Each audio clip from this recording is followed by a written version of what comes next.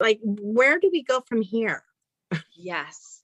Well, you know what, we've been looking, I guess, to repudiate, they call it, the doctrine of discovery. But here's the problem. If you're an attorney that does like federal Indian law, like I did for years, I just haven't practiced in the last couple of years.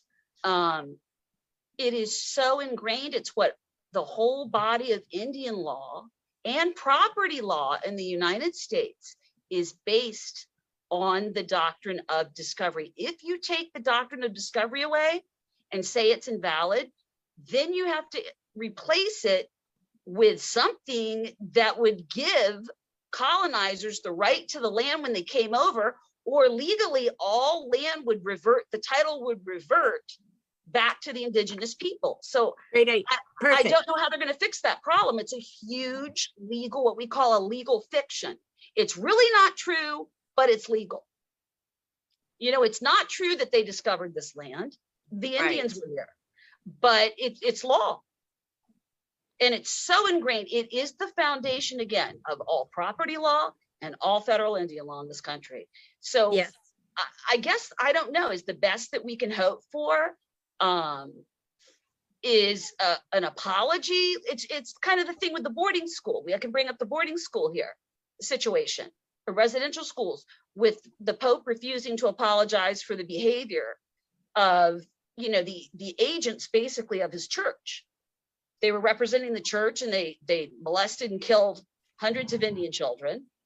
And they also killed and really had a genocide with our people. So it's really left up to the Catholic Church. It would be a start, at least, you know, for them to chime in and let us know, look, we know you're not merciless savages, and we knew you were there. We were wrong, but I don't know.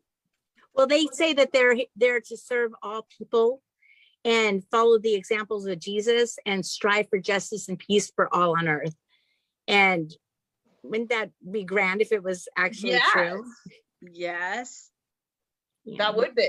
And that's, you know, I'm one of those people, I mean, call me naive, but I'm one of those people, I like peace.